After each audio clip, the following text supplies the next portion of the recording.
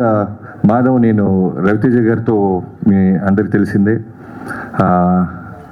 First cinema నుంచి ఆయన దగ్గర ట్రావెల్ అవుతున్నప్పుడు వాళ్ళ బాబుతో పాటు మాధవ్ని కూడా చూస్తూ ఉండేవాడిని. ఇందాక అదే అంటున్నాను, నువ్వేమని పిలుస్తావు అంటే పెదనాన్న గిదనాన్న అంటే పళ్ళు రాలిపోతే అన్న అని చెప్పరా అన్నాడంటే ఆయన.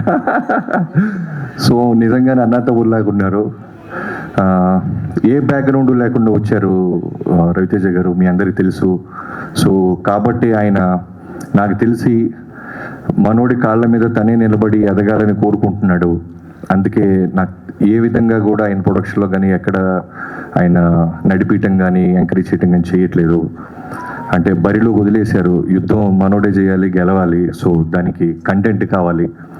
ఇలాంటి మంచి మారమ్మ అని అంటే రెగ్యులర్ జనరల్గా ఎవరైనా లాంచింగ్ అంటే ఓ లవ్ స్టోరీ, లేదా కొడితే రోపులు కట్టి ఓ 10 మంది గాల్లో లేసారు, ఇలాంటి లేకుండా ఒక కంటెంట్, ఒక అమ్మవారి ఊరు, ఇలాంటి చూసిన ఇంత గ్లిమ్స్లో నాకు అర్థమైంది ఒక మంచి పాయింట్ చుట్టూ నడిపారని. సో నాగరాజు గారికి, డైరెక్టర్ నాగరాజు గారికి I wish you all the best brother.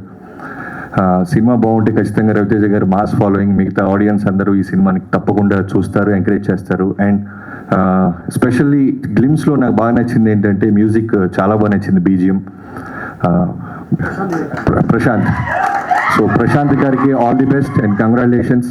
And heroine పర్ఫెక్ట్గా దీప గారికి all the best.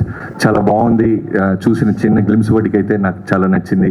So cinema కూడా ఇంతే, ఈ 2 hours 220 ఎంత ఉందో తెలియదు, కానీ ఇలాంటి కంటెంట్ ఇంత టైట్గా ఉంటే తప్పకుండా మంచి విజయం సాధిస్తానని నమ్ముతున్నాను. టీం అందరికీ I wish all the best, good luck. Thank you so